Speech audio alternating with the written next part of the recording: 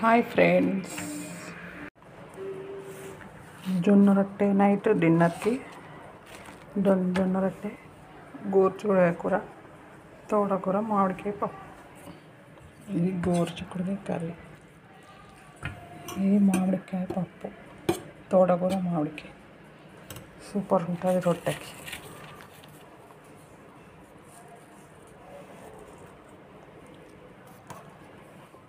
Super. చూడండి ఎట్లా మంచిగా పొంగుతుంది. ఇట్లా రాస్తూ ఉంటే రొట్టె మంచిగా పొంగుతుంది.